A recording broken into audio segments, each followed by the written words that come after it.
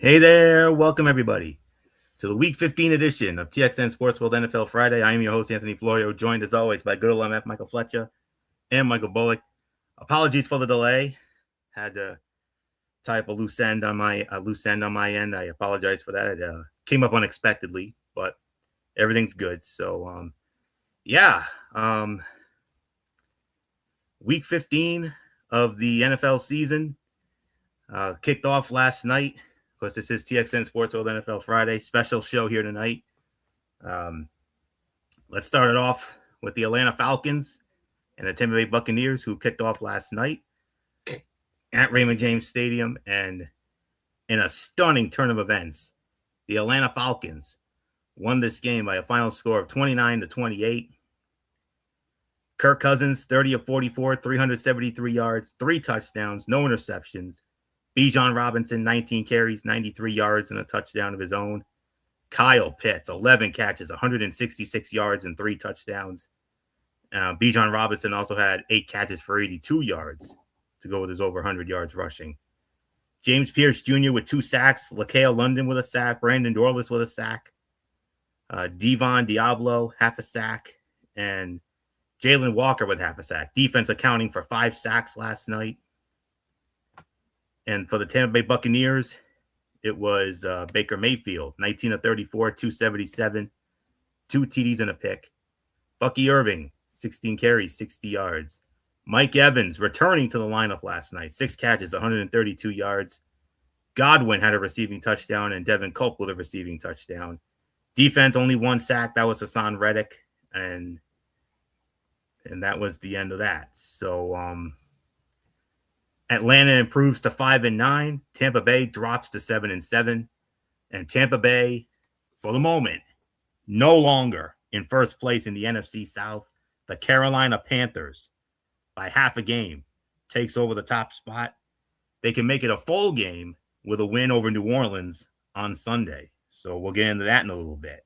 So, huge win, big win for Atlanta, season-defining win for Atlanta. But for Tampa Bay, oh my God, they're in absolute trouble. They are struggling, to say the very least. Atlanta goes to Arizona next week. Tampa Bay at Carolina for the first of 2 meetings within a 3-week stretch. So, man, oh man, what a turn of events indeed. We all picked Tampa Bay to win. We all have egg on our face. So, not much more to add to it. So, good old MF Michael Fletcher, come on in. Man, oh man, what a turn of events. Atlanta stealing one in Tampa Bay, 29-28. Carolina takes over first in the South for the moment. They can make it a full game lead if they beat New Orleans. But if somehow New Orleans beats them, we're back to square one. Dude, I cannot believe Tampa blew this game. That's the thing of it. Tampa blew this. I don't even know what to even say right now without getting myself in trouble. I'm gonna say it. Raheem Morris, a blunder of a mistake by a coaching staff is a decision that you could get fired for. Like, I don't even know how on earth you're still the coach of the Tampa Bay Buccaneers. That's Todd Bowles. Todd Bowles. Sorry. Todd Bowles is that. Raheem Morris, I got nothing to say to you, bro. You played like you went for broke. First off, no Drake London. So London was hurt. He did not even play. Kyle Pitts just became your best receiver, your best player, and exploded last night. If you had Kyle Pitts on fantasy, good luck trying to stop that for the rest of the week. He got, in my league alone, 48 points for Kyle Pitts last night. 48. So, yeah, that's wild. Kyle Pitts went off. Kirk Cousins, dude, we liked what you did last night, my friend. You always are like, you like that. We liked it. We loved it. And I know Atlanta will appreciate what you just did last night. So, dude, I don't even know what to even say, man. That was an epic collapse of epic proportions. If you're a Tampa Bay Buccaneer fan, you're still kicking yourself. You're like, how on earth did that happen? How did we blow this game like that? Yeah, nothing more to say. Michael Bullock, wow. Atlanta shocked the NFL world. That they had no business winning this game, and they won it. Yeah, like you said, Atlanta had no business winning that game, and yet somehow, some way, they did. And like you even said,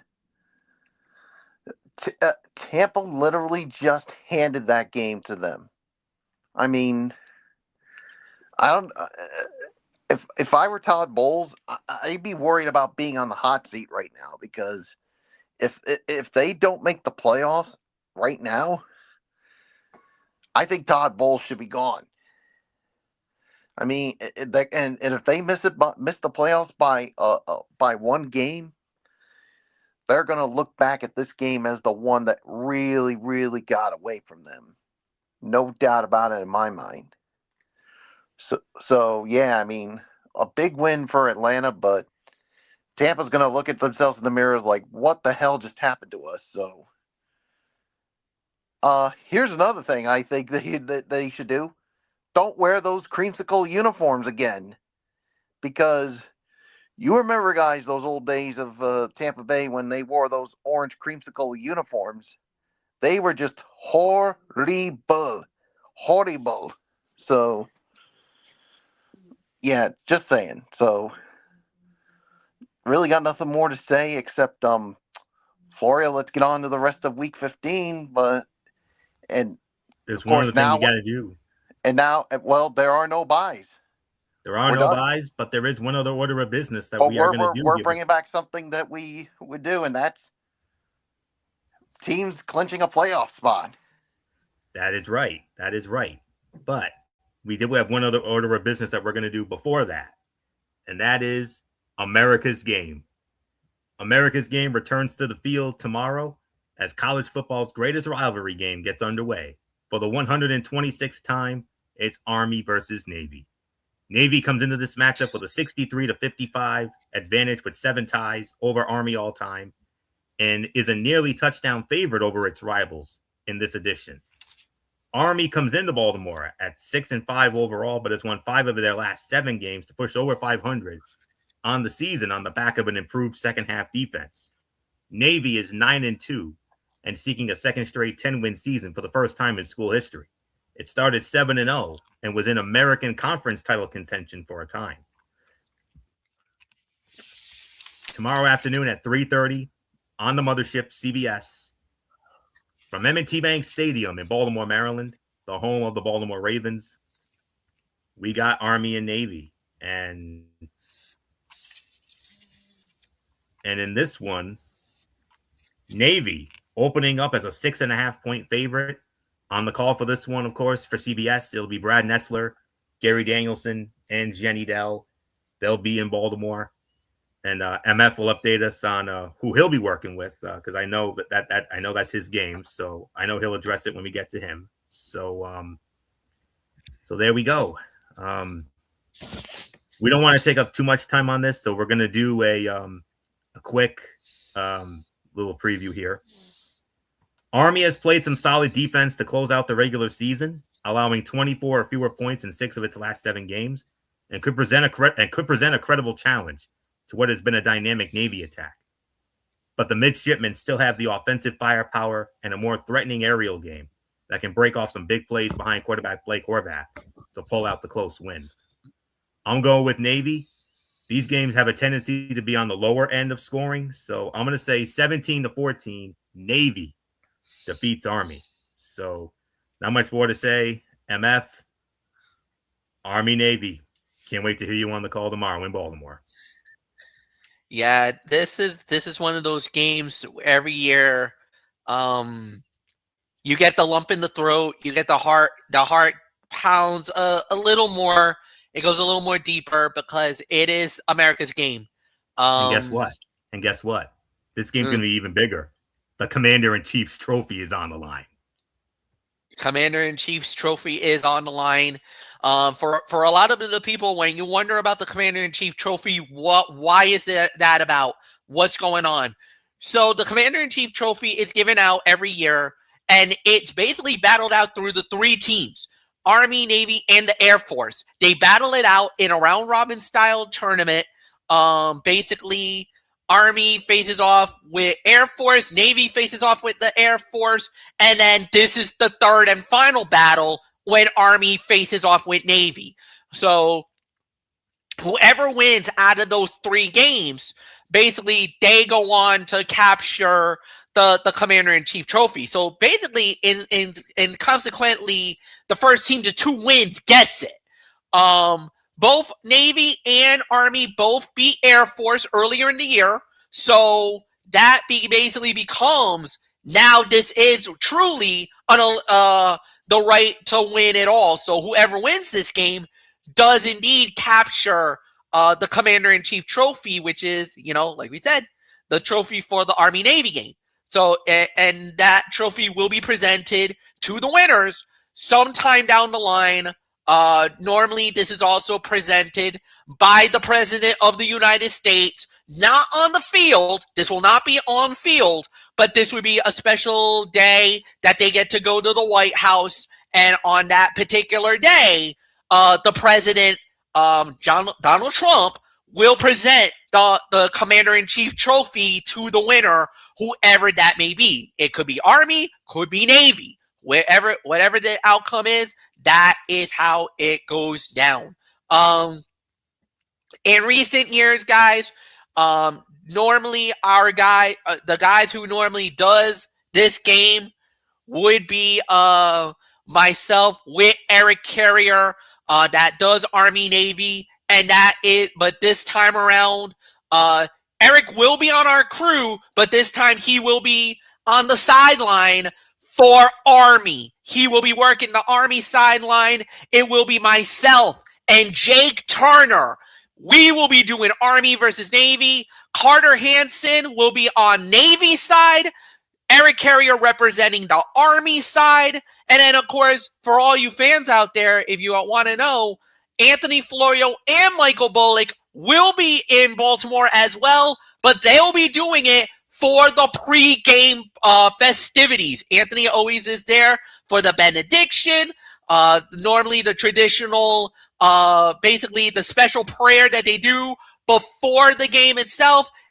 And Michael Bullock is also there because, why not? Michael Bullock with the Keenans, Brian and Mike Keenan. So they will set it up for you guys. They will be on field at 3 o'clock. The game starts at 3:30. A little after 3:30, the game will start. Like I said, myself, Jake Turner, will be on the call. Eric Carrier and Carter Hansen will be on sideline for the Army-Navy game. And we will be going from the very beginning, from wherever the beginning goes, to the very end. And you know the tradition at the end, the alma maters and who will sing second. That is why this is America's game. This is why everybody talks about this game as a historical matchup. And because there is so much semblance of this game, it's going to be even bigger on so many levels. We don't know how it's going to go out. Obviously, Navy is the favorite going in because of their run attack, because of their good defense. Army has gotten better lately, like Anthony has alluded to. Army has really gotten sharper in their game. I kind of feel like, this might be Navy's game. You have a feeling that this can go many different ways. But if Navy does their run attack, runs the football really well, and if their defense can hold Army off just enough, I think the Naval Academy will win this game. However, Army, they've been stingy lately. So like Anthony says, they've been winning a lot of games lately. This is going to be a fun one. Army versus Navy, always a fun time. This is at least I've been doing Army Navy since practically since 2002. I think it was the first time I did Army Navy. So again, another honor and privilege to get to do this game, and to do it. It's always one of my big fun moments. One of the rare times I get to be a lead commentator, guys. This is so I hope you guys enjoy it. I can't wait to do it. Bullet, quick thought, and then we'll get into the NFL. Yeah, like you said, this is another one of my favorites. I mean, Army versus Navy. It's one you always look forward to. It's it's just to see both sides.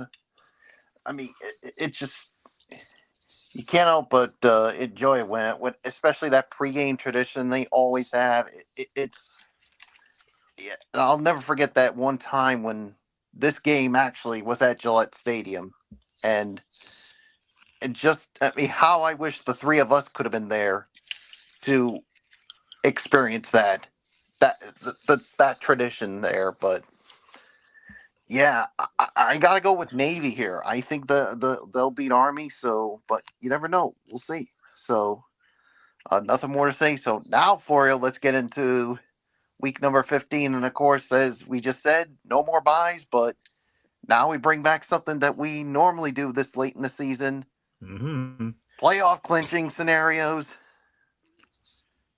Clinching scenarios. What's at stake? Absolutely. The Chargers seek their first sweep over the Chiefs since 2013. The Patriots can win the AFC East Division title with a win on Sunday against Buffalo. And two of the best defenses in the league, Green Bay and Denver, will battle it out. And we will also see, coming out of retirement, 44-year-old Phillip Rivers returning as the quarterback of the Indianapolis Colts, as well as rookie quarterback Brady Cook, his first start for the New York Jets against the Jacksonville Jaguars in our Zonk Game of the Week. Let's get into the full Week 15 slate, which culminates with the Monday Night Football matchup between the Miami Dolphins and the Pittsburgh Steelers. And we're going to kick things off with our first game of the week. It will be the Cleveland Browns squaring off against the Chicago Bears from Soldier Field in Chicago. This game is over on Fox. Kevin Kugler, Daryl Moose Johnston, and Allison Williams. They will be on the call for that. And the spread favors Chicago. Chicago opening up as a 7.5-point favorite. Cleveland, however, leads the all-time series 11-7. They last met 2 years ago in Cleveland. Cleveland winning 20-17.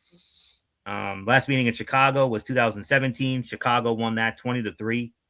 Guys, the Cleveland Browns have not won in Chicago since 1969. 28-24. Now, before I do the full dive in here, I just gotta admit,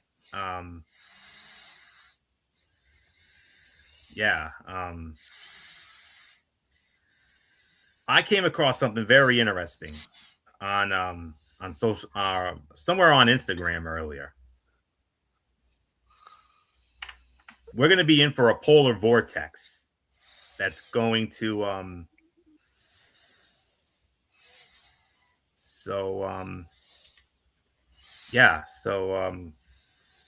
bear with me, I was getting a message here. Okay. There's a polar vortex that's going to be impacting the NFL slate.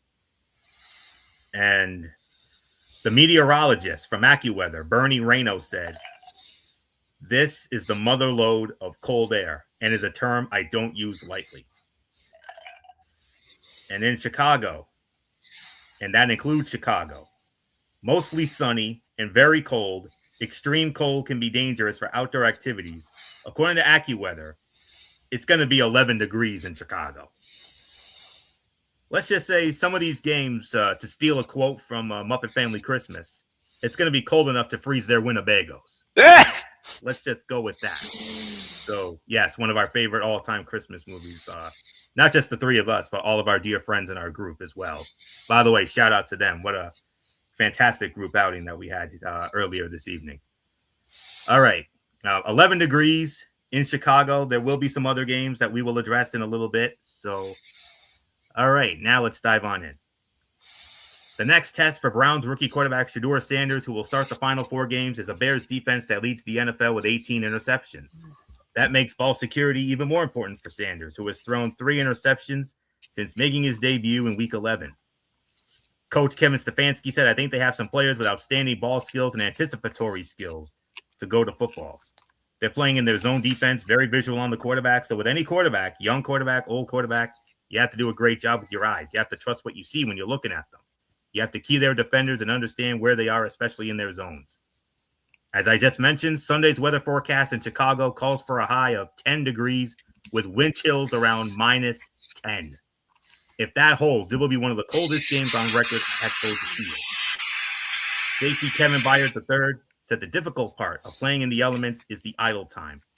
He said the whole lead-up, warm-ups, when you're kind of just standing around, that's the annoying part of it. The TV timeouts, I stand over by the heaters, and when there's 30 seconds left in the TV timeout, I run back on the field and get the play call. Quarterback Caleb Williams says he's not fazed by the sub-zero temps. I believe that weather and the elements don't bother me. The Bears are averaging 153 rushing yards a game, ranked second in the NFL, only behind the Buffalo Bills. Chicago has averaged 150 rushing yards a game through the first 14 games only once over the last 35 seasons. And that was in 2022 when they averaged 187 rushing yards. And what's at stake? Well, the Bears' playoff chances rise to 69% with a win, but drops to 44% with a loss. Overwhelming FPI for Chicago, 73% going with the Chicago Bears. But with all due respect, I think it's going to be a close game. But I do have the Chicago Bears winning this one. I'm going to go 24-17. Chicago defeats Cleveland in what will be literally a frozen tundra of Soldier Field. So not much more to say. MF, Chicago with a win, 69% playoff hopes. They lose. They go down to 44%. Man, oh man. And 10 degrees with minus 10 wind chills. Yikes. Oh, yeah, that's going to be rough. I can tell you that much. I like Chicago in this game as well. I really feel like they definitely have been playing really well. As long as Caleb Williams continues to play how he's been playing, I feel comfortable about that. So yeah, give me them to win the game. Nothing more to say, Michael Bullock. Yeah, I gotta go with Chicago as well. I mean, yeah, especially playing in those conditions they're going to be dealing with. That's definitely to their advantage. And yeah, they did have a tough one against Chicago, against Green Bay last week, but I see them bouncing back and winning this one. So give me the Bears to win this one. So let's move on to the next one, Florio. All right. And this is another one of those polar vortex games we're going to get into in just a moment. Second meeting in a few weeks between these two AFC North Division rivals as we move to our side of the ledger here. This game comes in as our number 6 game of the week. We got the Baltimore Ravens squaring off against the Cincinnati Bengals. Paycor Stadium, formerly Paul Brown Stadium in Cincinnati. Spiro Ditas, Adam Archuleta, and Aditi Kinkabuela on the call. Baltimore opening up as a 2.5-point favorite. As we all recall, they met on Thanksgiving night, and it was the Cincinnati Bengals going into Baltimore and smashing the Ravens 32-14. So Cincinnati cuts into Baltimore's regular season series lead. It's 32-27 now. So let's see. This game was in Cincinnati last year. Ravens winning a wild one in Cincinnati, 41-38 in overtime. They've won the last 2 years in Cincinnati. 2022 was the last time the Bengals beat the Ravens in Cincinnati, 27-16 in the regular season. And then in January of 23, they met in that wild card game where Cincinnati won that 24-17. So not much more to say here. And before I give it to MF, this is another one of those polar vortex games. And when it comes to this particular matchup, I do believe Cincinnati was on that list as well. And when it comes to Cincinnati, 12 degrees, frigid with some sun, then turning cloudy. Extreme cold can be dangerous for outdoor activities. This off of AccuWeather. So they're calling for 12 degrees in Cincinnati. It'll be the coldest game that I can remember in that city, probably since that infamous Freezer Bowl in that AFC Championship with the Chargers and the Bengals in '81. So, but nonetheless, MF, we started with you here. Baltimore, Cincinnati, second meeting in the last just about 3 weeks or so. We saw what Cincinnati did in Baltimore on Thanksgiving. Cincinnati had Buffalo on the ropes before Buffalo had that impressive comeback in the fourth quarter a week ago. Whereas for the Baltimore Ravens, now they got to go to Cincinnati, another sub-zero game, 12 degrees here. So Baltimore looks for payback. Cincinnati looks for a sweep. And Baltimore, would you consider this a must-win for them? It's a must-win for both teams. More for Baltimore because they're trying to stay pace for the division title on the line. Cincinnati just trying to fight for their playoff hopes. But the problem is T. Higgins is out.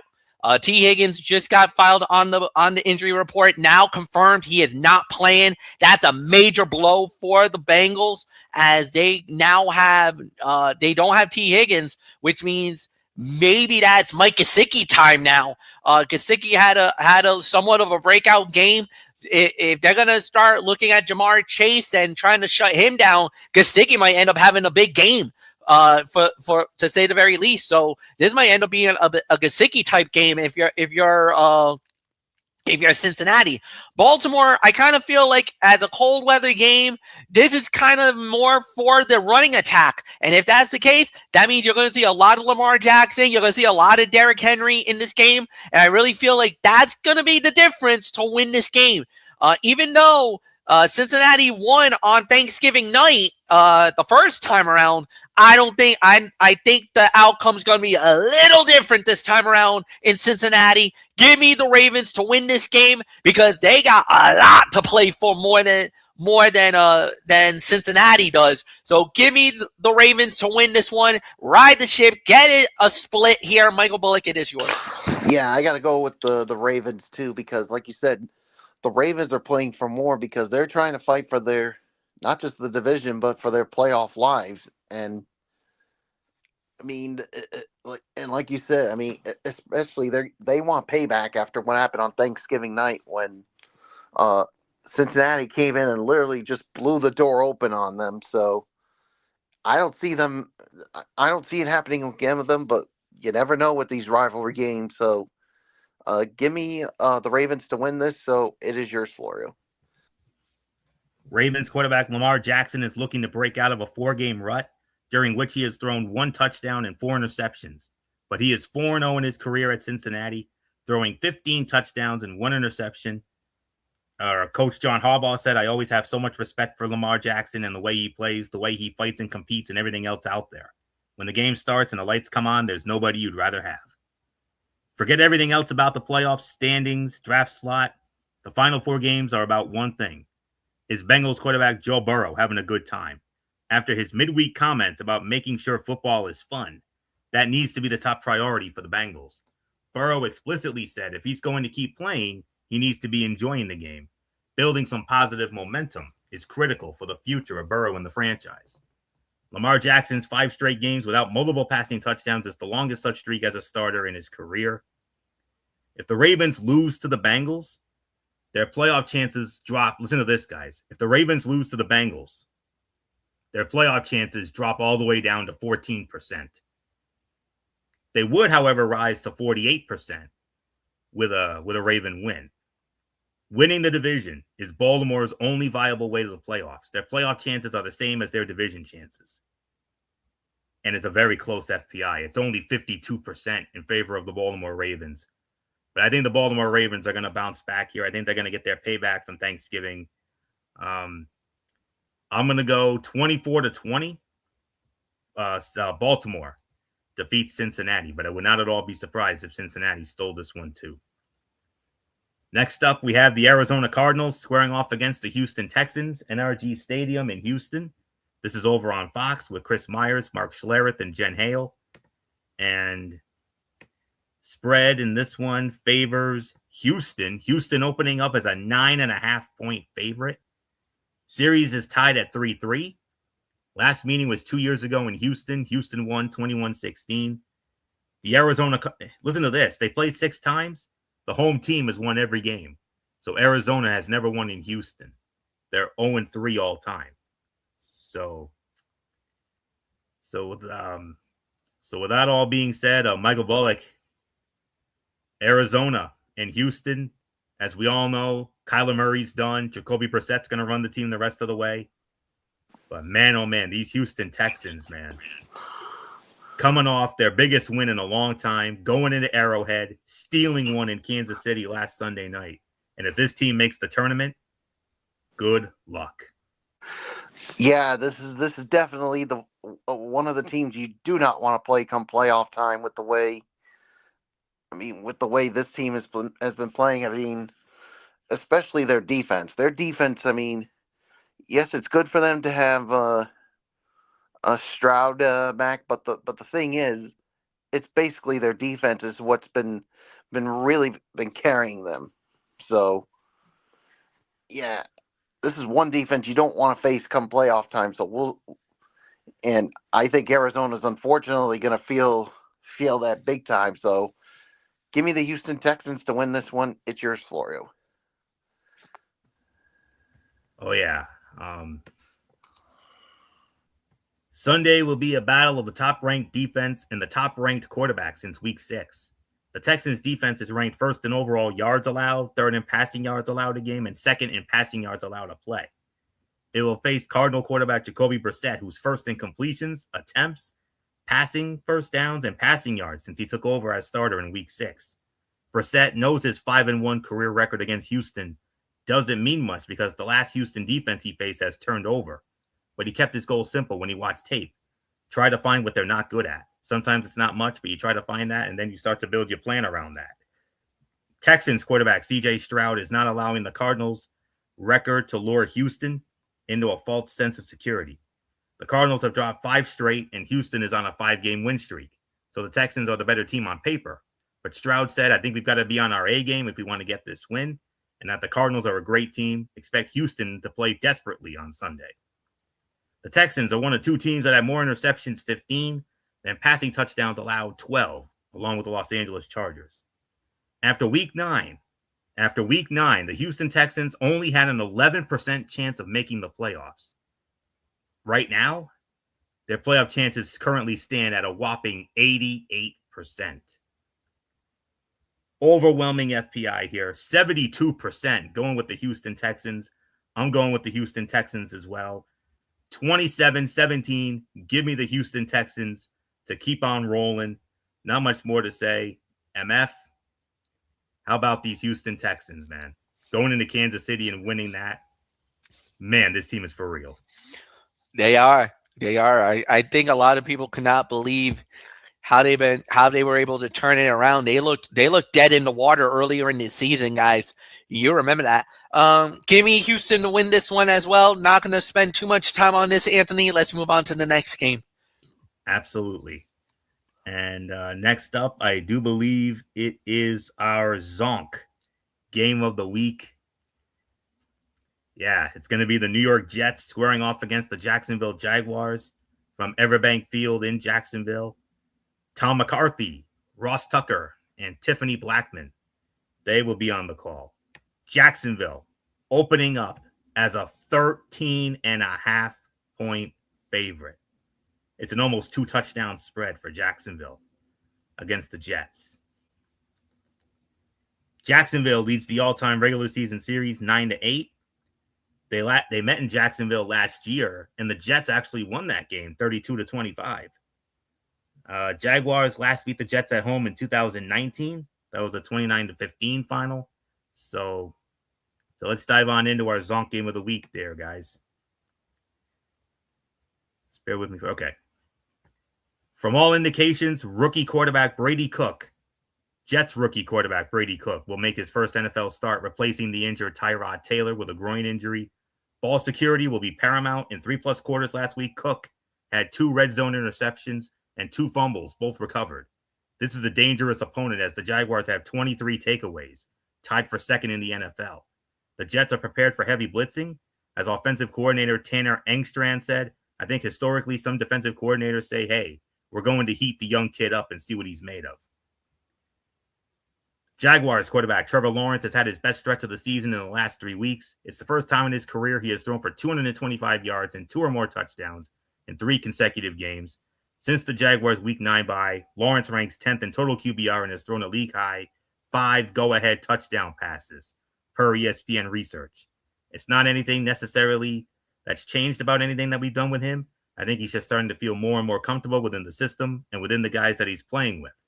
Those the words of Jaguars head coach Liam Cohen. The Jets' 2 takeaways this season. Every other team has 7 or more. Ranks as the fewest through the first 13 games of a season in NFL history. The Jaguars currently hold a 97% chance of making the playoffs. It would jump all the way up to 99% with a win. But even with a loss, it would still be at 92%, which is still very good, independent of other results, of course.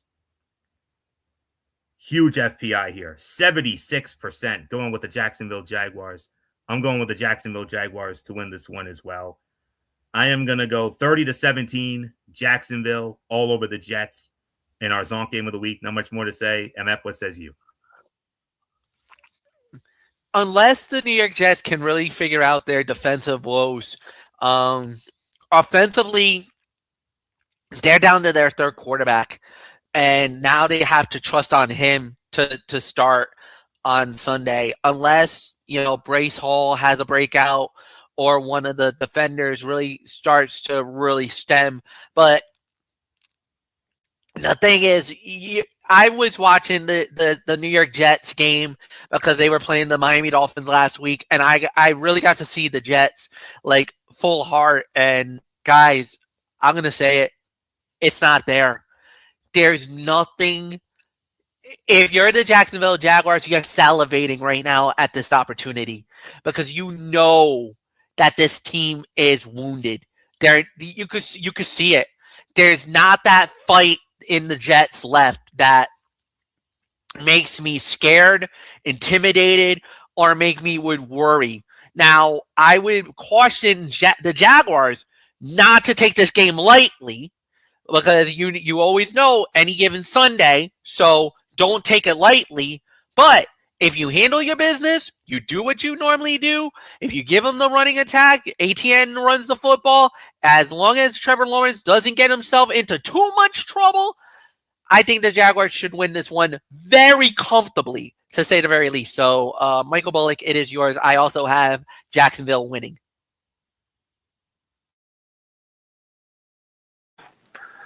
Yeah, I got Jacksonville winning this one as well. I mean, like you said, they should be able to handle their business here. I mean, like you said, this Jets team they just don't have it.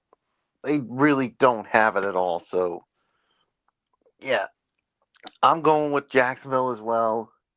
So, with that being said, Florio, let's move on to our next 1 o'clock matchup.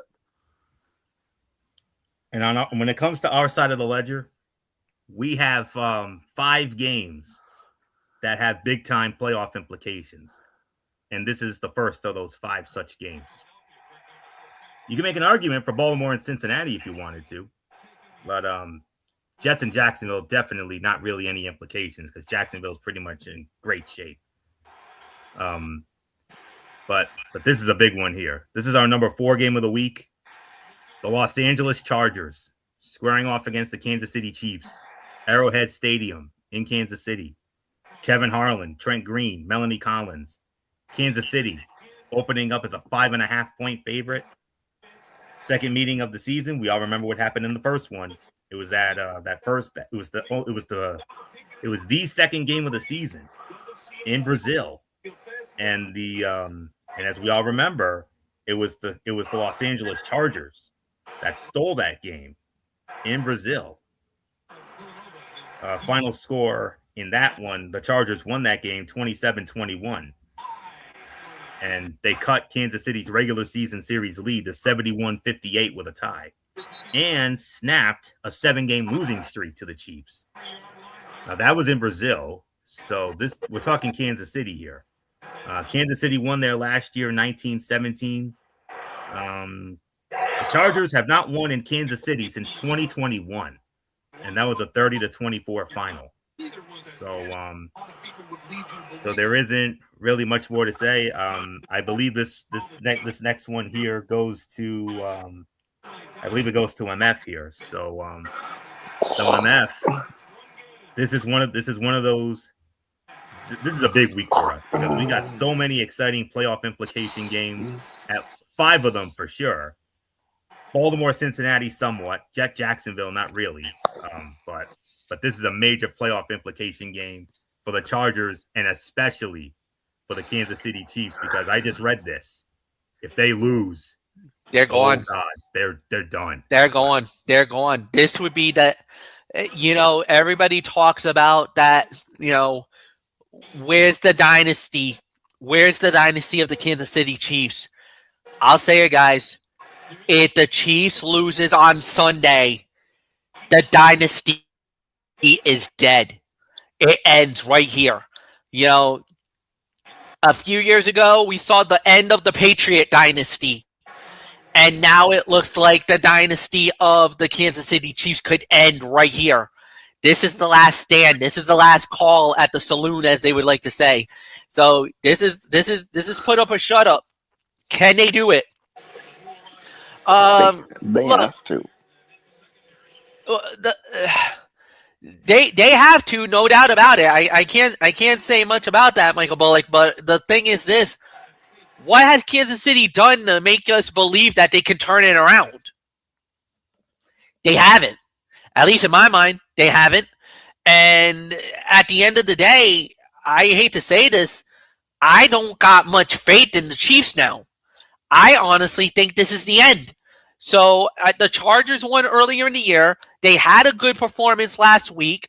The Chargers are right there, and they're right in the thick of the divisional race. As a matter of fact, they are holding one of the wild card spots. If Kansas City wins, it hurts the Chargers, and it keeps Kansas City afloat. But how much more time do they have? They're running out.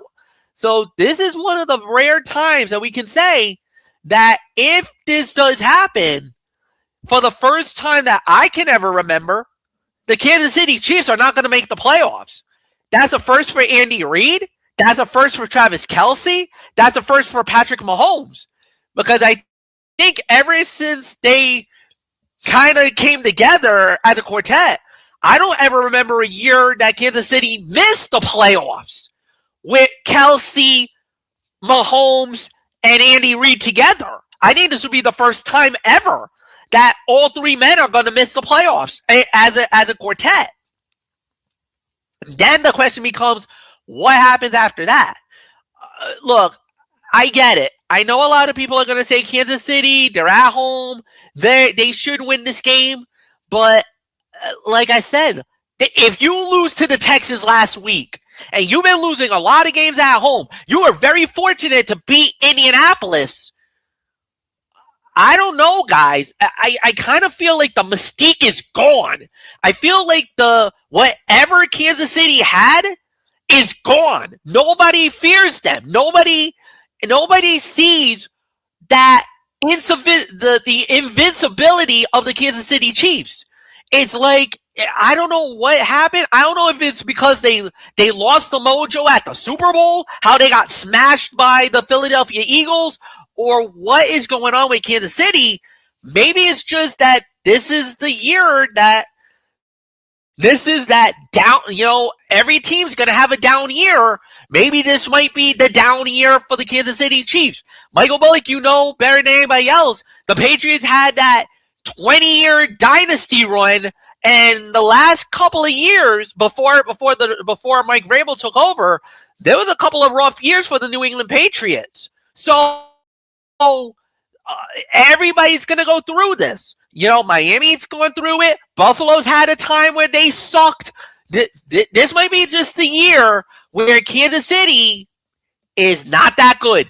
And now we got to realize, and this is life now. So, I get it. If you're a Chiefs fan, you don't want to hear it, but this is the reality. Your team is not good, and your guys are most likely not going to make the playoffs. Sorry, but that's how it goes. I got the Chargers winning. Nothing more to say, Michael Bullock. It's yours. Yeah, it's do or die time for Kansas City because, like you said, they lose and other teams somehow win. The dynasty dies. I mean, they missed the playoffs for the first time since 2014. I mean, that was the last time Kansas City didn't even make the playoffs. I mean, ever since then, I mean, it's been they've been in the playoffs, especially with their 3 Super Bowl titles that they won. But they really need to win this game to keep it alive. But I just don't see that with Kansas City. So I'm going to go with the LA Chargers to win this one because I just think they're the better team here. So it's yours, Florio. I got the Chargers winning. And I forgot to mention, this is another one of those polar vortex games. 23 degrees, the temperature for this one. So, but there will be sunshine. And they said that it's the coldest day in Kansas City since last winter. So that's the story on that one. So here we go. Just got to find it here. Los Angeles is looking to sweep the Chargers. Los Angeles is looking to sweep the Kansas City Chiefs for the first time since 2013. A win would move the Chargers to double-digit victories for the second straight season under head coach Jim Harbaugh, and closer to catching the Denver Broncos, who have a 2-game lead in the AFC West. Harbaugh said it's the biggest game of the season. Everybody's fighting for their playoff lives, fighting for their football lives. With no margin for error, the Chiefs enter Sunday's game hoping to keep their playoff hopes alive, at least for another week. Quarterback Patrick Mahomes said we're in unprecedented territory. Patrick Mahomes, who has never missed the playoffs in his 9-year career, he said, I think you lean on the guys that have battled through adversity and came out better on the other side. That's defensive tackle Chris Jones, tight end Travis Kelce, all of these guys that have won championships. It hasn't always been pretty, but it will really test us to see what type of character we have. I think we got the guys in the room to do it. This could be one of the things, this could be one of the reasons for this unprecedented free fall here. The Chiefs this season are only 1-6. That's right, 1-6 in one possession games this season. Second worst win percentage in the NFL. Last year, they set a league record by going 11-0 in one possession games last season. Chargers playoff chances, which currently stand at 78%, would increase to 93% with a win, but would drop to 71% with a loss. A win would only increase the Chiefs' playoff chances from 11% to 17%. But believe it or not, the FPI still likes Kansas City. They gave him a solid FPI here, surprisingly. They gave him a 65% FPI in favor of Kansas City.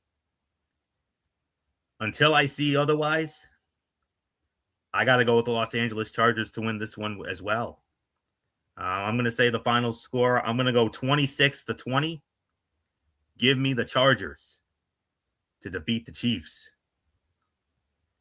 So, nothing more to say except, gentlemen, it's time. It's time for our game of the week. This is the big one right here. Although by a smidgen of a record, because of that Green Bay tie, in one sense, you could say Green Bay and Denver, record-wise, is the game of the week. But when it comes to implications, with all due respect, this is the game of the week right here. AFC East. Major AFC East implications. The Buffalo Bills squaring off against the New England Patriots.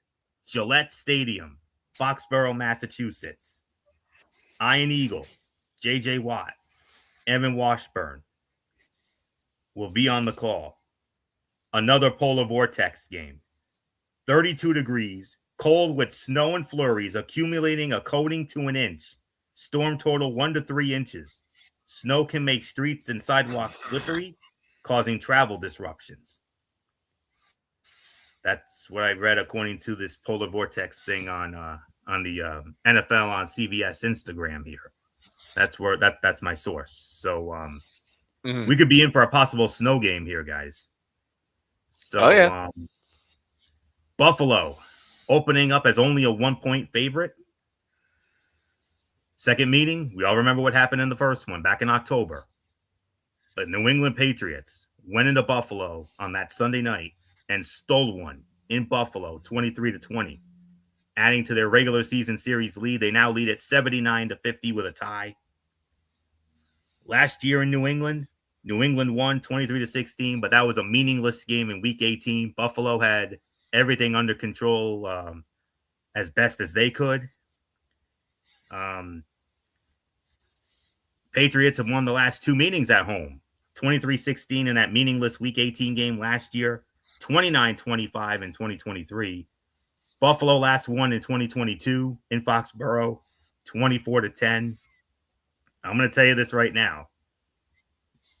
MF, when we get to you, you're going to be our impartial tiebreaker because you already know where Bullock and I are going on this. Oh, I know where this is going. Yeah, I already know. Yep. Just wanted to make sure. And speaking Yep, of Michael I already Bullock, know. Yep. And we're going to save the best for last on this one because Bullock leads off anyway. Only fitting Bullock. We're leading off on this. Hat and t-shirt game here. If the New England Patriots win this game, they will be partying like it's 2019 because they will win the AFC East. But if Buffalo wins, the deficit shrinks from 2 games down to 1 with 3 to go. So there isn't much more to say. Michael Bullock, you started off our game of the week. It don't get no bigger than this. My Bills, your Patriots. Patriots win. They win the division. Buffalo wins. We got a race on our hands. 1 game deficit with 3 to go. Yeah, like you said, this is. I can never remember. I can't remember the last time a Patriots Bills game had this much meaning to it. I mean, in a regular season game, and yeah, this is a big one because, like you said, New England wins. They'll clinch their first division title since 2019, which was Tom Brady's final year in New England. But Buffalo wins. They make it a. They cut the deficit to 1 with 3 to play. So, I mean, yeah, Buffalo coming off of a comeback win against the Bengals because from that moment for you in that game, I mean, it didn't look good for your Buffalo Bills, but that pick 6 of Joe Burrow really turned the game around for your team. And I mean, look, I'm sure Buffalo's happy with the win, but I'm sure they're not happy with that they let it get this close. So they got to play better because you're going up against a team that's on a bye. Well, that came off of a bye, and that right now is still they're on a 10-game winning streak right now.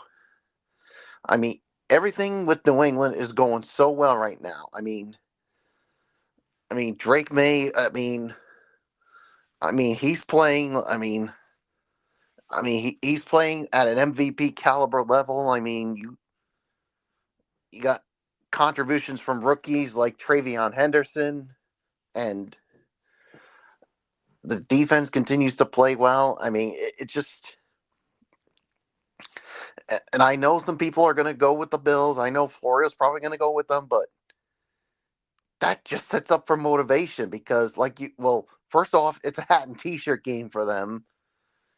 Number 2, they're coming off of a bye week, so they're rested. And they're continuing to play so well. And look, I mean, and it's no disrespect to the Buffalo Bills. I mean,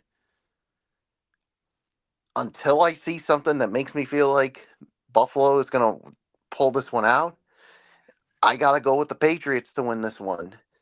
I mean, they are at home, and it's a hat and t-shirt game, and they want to get this one done. They want to clinch this division and get this thing over with. And you want to know who also wants it more? Your former player Stephon Diggs, because remember, he had a big game against your Buffalo Bills. I think he's going to be in for another big one here. So, Patriots win, clinch the division. but I would not at all be surprised if Buffalo were to steal one. Hey, we went into Buffalo and beat them, so I wouldn't be surprised if as the old saying goes, what goes around comes around. So that's why this is so big, Florio, as I give it to you.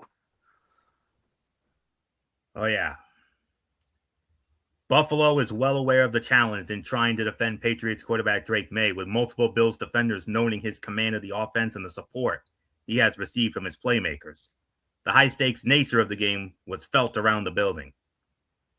Quarterback Josh Allen spoke highly of May. He's playing like a veteran quarterback. He's seeing things extremely well. He plays at a great pace. It looks like things have slowed down for him, which, again, we hate to see that, right? Allen said jokingly. But I'm happy for how well he's playing because he's a great human being on top of being a football player. And by the way, shout out to Josh Allen and Haley Steinfeld. They announced that they're expecting their first child. So Josh Allen is going to be a daddy. Oh, yeah. Congrats to him. Mazel tov from all of us here. For the Patriots, Coach Mike Vrabel and Patriots players are embracing the magnitude of the game and the chance to clinch the AFC East division title. Vrabel said this is a great stage that we put ourselves on, and that's exciting. Stephon Diggs, who spent 4 seasons in Buffalo, added, this game is a little different because you're playing for something. Every team in the league can't say that. And May said the chance to do it against the Bills adds to the dynamic. They've won the division for 5 years in a row, so we have something we need to go take. And know it's going to be hard to do, but we're up for it, Drake May said. Drake May is one of 8 quarterbacks since 1950 to win at least 10 straight games in the first 2 seasons of his career. And it's very simple what's at stake here. The Patriots can clinch the AFC East with a win. New England has won 21 division titles since the AFL-NFL merger in 1970, 4th most in the NFL. However, the FPI favors the Buffalo Bills. It's not an overwhelming FPI. It's only 54%, but they still have it in favor of Buffalo. You know where my heart lies here.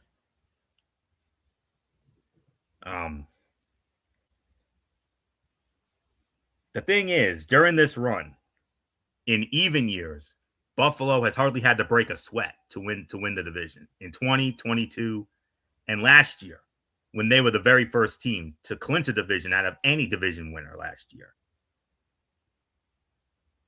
But in the odd-numbered years, 21 and 23, Buffalo had to scratch and claw and rise like a phoenix from the ashes to win the AFC East. 2021, who did they do it against? They did it against the New England Patriots. 2023, they did it against the Miami Dolphins. In all honesty, this may sound shocking coming from me, but in 2023, the Miami Dolphins should have won that division. How Buffalo came back and won the division that year is beyond me. I'm still scratching my head on that division title. But, like Joe Davis said, when the Dodgers won the World Series, to beat the champ, you got to knock them out. That's what you got to do. So, remember those words, Bullock. To beat the champ, you got to knock them out. And you know the Patriots are going to give it their best to make sure it happens. And I wouldn't have it any other way. And you know, Buffalo has not forgotten about October. They haven't. I damn sure haven't. But you know where my heart lies. If they can come back and win the division in 21 against New England, if they can pull off that miracle comeback that they did in 23 when MF's Dolphins should have wrapped that thing up, should have had that thing in the bag, who's to say this team can't do it again? There are 3 things I love about this team: their heart, their guts, and most of all, their resiliency. Yes, it was very dicey against the Cincinnati Bengals.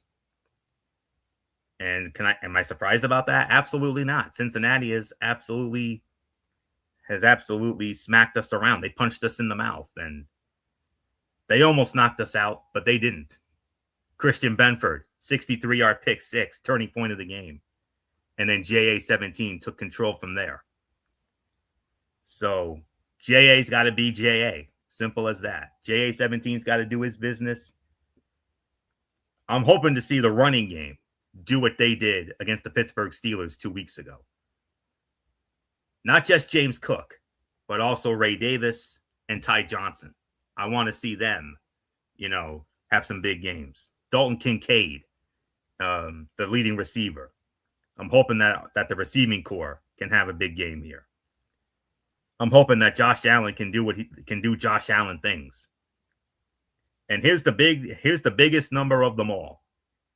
I believe it's been since I want to say maybe 2020. I want to say Josh Allen and the Buffalo Bills in the month of December, 19-3. This is usually Buffalo time. This is usually where they turn on the burners. And if they get going, talk about teams you don't want to see in the playoffs. Houston's most certainly one of them. If Buffalo gets hot and if Buffalo keeps doing what they're doing, if they keep doing what they're doing from those Pittsburgh and Cincinnati games, if they do this again against New England, oh boy, that's all I'm gonna say. Let the chips fall where they may. I'm hoping Buffalo wins. Of course, I'm going to go with Buffalo to win. You know me. 24-20. Buffalo steals one in Gillette. But would I be surprised if the New England Patriots won this game and won the AFC East? Absolutely not. So, Bullock, before I give it to MF, buddy to buddy, dear friend to dear friend, I wish you the best of luck. May the best team win. And we're just going to leave it at that. Whatever happens, happens. Let's do it, man. Let's do it. Best of luck. Bullock's going with New England. No big surprise. I'm going with Buffalo. No big surprise. 24-20. I got Buffalo winning. So now we're going to bring in the impartial tiebreaker. Good old MF Michael Fletcher. I hope he's giving you enough time to think about it. I know it's tough. It's our game of the week. No. There's nothing tough about this.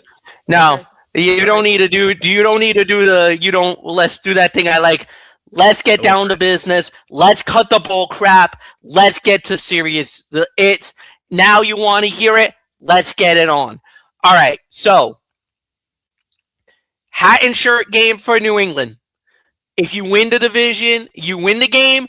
You not only get the division, you're in the playoffs. You basically have it at least 2/3 of the Holy Trinity in the NFL. The only thing you'll be fighting for at that point is against Denver for the number 1 overall seed, the first round bye, and everything else. So obviously this is a game that you want. For Buffalo, you win this game, not only do you basically come back, but now you make things very interesting because now New England suffers a major loss. They don't get the hat and shirt. It's a 1-game lead, 3 to play. And now everything comes into focus because there's another tough game for New England coming up down the pipeline because they got to play Baltimore coming up. So if they lose that game, Buffalo wins, it's tied, 2 to go. I've seen this play out so many times. And I hate to say this, if you're Michael Bullock, you want to end it here. Because guess who's lurking not far behind? And a team that has ended your run before with the chips on the line. The Miami Dolphins, Week 18 in Gillette.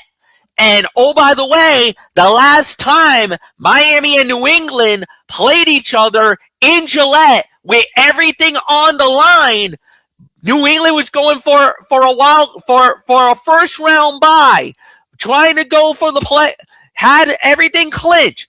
First round bye, up for grabs. Miami, New England, Dolphins win.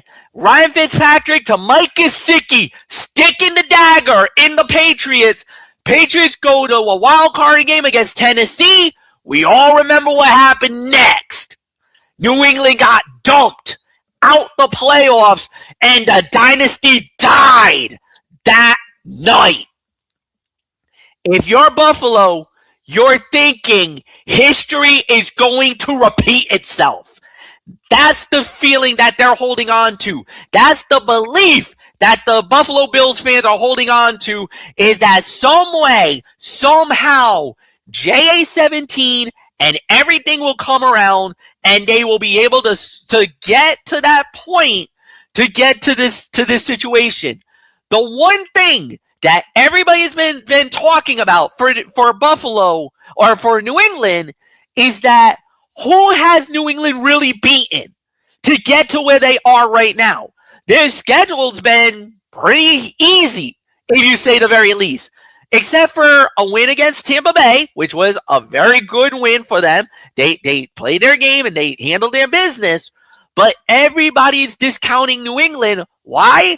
Because when it comes to the fire, when it comes to these type of games, when everything is riding on the line, Buffalo has always answered the bell.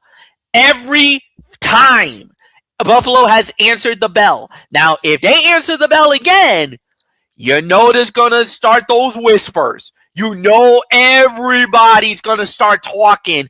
And everybody's going to start talking. Uh-oh, here they come. Here comes the boogeyman. And yes, we're talking about the Buffalo Bills. They're starting to circle the wagons again. Can they bring it home this time? Obviously, if you're in New England, you're like, no, that's it. We're ending this now. We're not going to play with chance. We're not Russian rouletting this. Because we know if you Russian roulette this, the bullet could be in that chamber and bang! Down goes New England.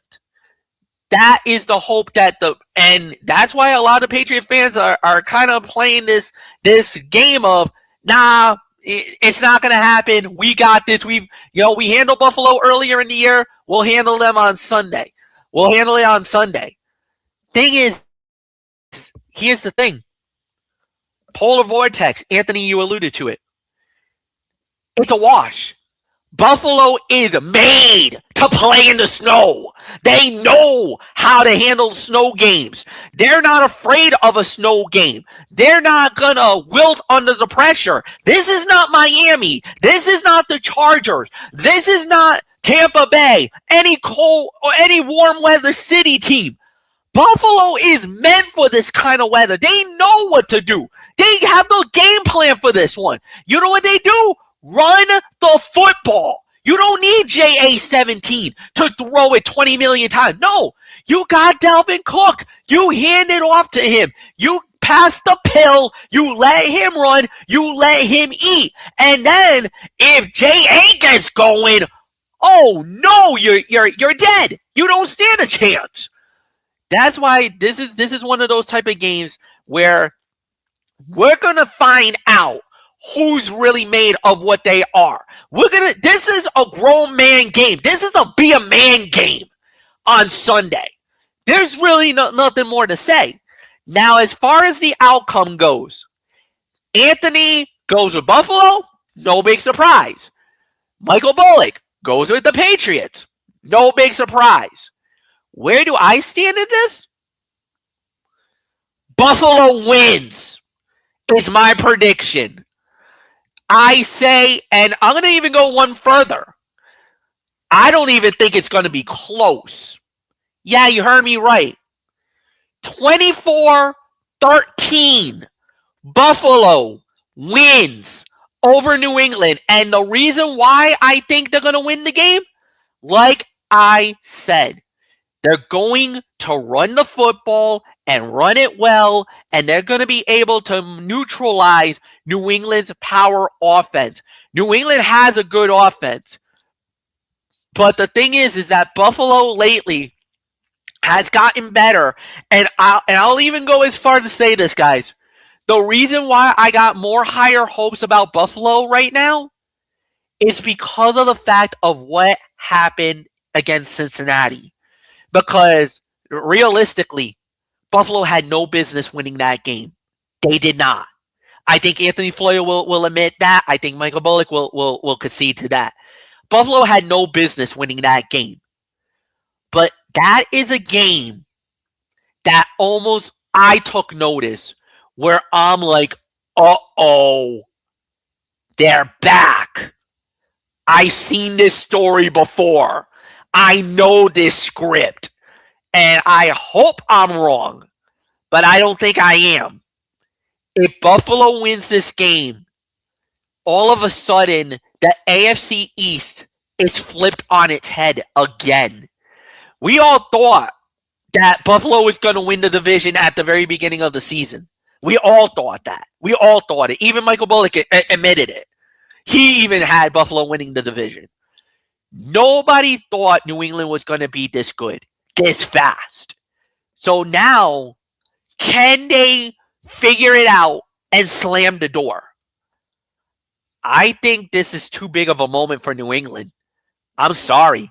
This is not the Tom Brady, Bill Belichick, where we know they'll slam the door. I don't have that belief right now. At least not yet. I think they will eventually have that clutch gene where they could slam the door on something. I don't see it on Sunday, boys, because like Anthony said, this is a polar vortex game. This doesn't mean anything. This is going to be one of those type of games. I think Buffalo wins it. I think Buffalo's got too much riding on this game. They got an axe to grind because they're going to want to show the NFL that they are not done. They have not thrown in the towel. They're not giving up the division, and they are ready for a fight, and that's exactly what this is. It's a fight. If New England wins it, it's a no big surprise. Nobody's going to be shocked if New England wins.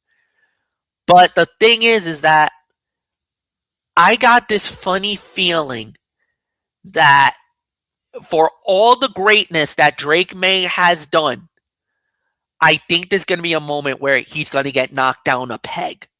Something tells me that Buffalo D is gunning for him now. They already have tape. They know how Drake May does his little things. And the main thing is that it's one thing when it's a non-divisional opponent, but when you're a divisional opponent, there's more tape of you. They know your little nuances. They know your calls. They know your signals. They know more of your thing because they see you more. May has been good. He was great in the game against Buffalo. That was earlier in the year. But there has been a moment where there's been moments where there's really good, and then we'll see how he plays. Yeah, New England's had a week off. Fine. That's always great to have. But this late in the season, to have a bye week? I don't know, boys. That smells like a recipe for disaster. Like I said, Buffalo had a big win. Could that be a ride of momentum? And like Anthony says, this is normally the time where Buffalo turns it up. We haven't seen New England this far in. Yes, they've been winning games, but the thing is, who have you beaten? That's a major issue. Because this is kind of a prove it to me now. If you win on Sunday, you've proven it to everybody that you are what you say you are, the best team in the AFC. But if you lose this game, I'm telling you, Michael Bullock, the pressure will definitely be on. Because then, if you lose, you're going to have a snorting, spitting, breathing fire Buffalo Bills squad nipping at your heels because the safety net will be gone. That's the key. The safety net will be gone if they lose. Well, but if I know Coach Vrabel, now if it was like Belichick the last couple of years or Gerard Mayo, then I would say definitely Buffalo wins. But there's something about Vrabel and this coaching staff that feels different. That they're going to have Yeah. this team prepared. That they're going to be saying, hey, absolutely. this team is going to, they're going to give it all their best. It's up to you guys to throw that punch right back. That's true. No, and that's definitely agreed. Like, I'm not arguing that, but I kind of feel like your team is really young, and I kind of feel like this might be too big of a moment. And I'm not saying that I think it's gonna be, easy pickings. It's not. But I will say this: if Buffalo wins the way I think they're gonna win, I'm sorry, man. That might be trouble. It going into the next few weeks. And that's why I got nothing more. And here's one of the things I think should, if the Patriots somehow win the toss, they should get the ball first, so that way they could be the ones to, if they score a touchdown first, they could literally say, hey, we threw the first punch. Now let's You know see what? you And guys that's true because, Miami, and I'm going to say this, and I don't want to get about the Dolphins. We'll get into Miami later, but Miami actually took the ball first against the Jets on last week, and they instantly scored a touchdown and started their beatdown on the Jets. So yeah, if I'm New England, take the ball first, receive the opening kickoff, and try to establish that dominance, like you said. Huh? If New England wins the toss, and that way, do not defer. You do not want to give JA the ball first. You don't. No, you don't want to do that. Yep, and I totally agree with that because Buffalo will punch you in the mouth immediately. They first quarter touchdowns. I think they've done like 60 or 70%. Buffalo has this season. And that's why I think New England needs to take the ball first. And if they get that touchdown first, you say, hey, we struck first. Now it's up to you guys to respond. And vice versa. Yep. And vice versa. Exactly. Yeah. But that's why we love this type of game. And also, like you said, Fletch, they have to win it because they have to win this game in order. And once they do, the pressure's taken off of New England. Well, just when it comes to the division. The top seed. Then you got to worry about the top seed, yeah. Well, I meant when it comes to the division, the pressure's off of that. You're already in the playoffs. Yeah.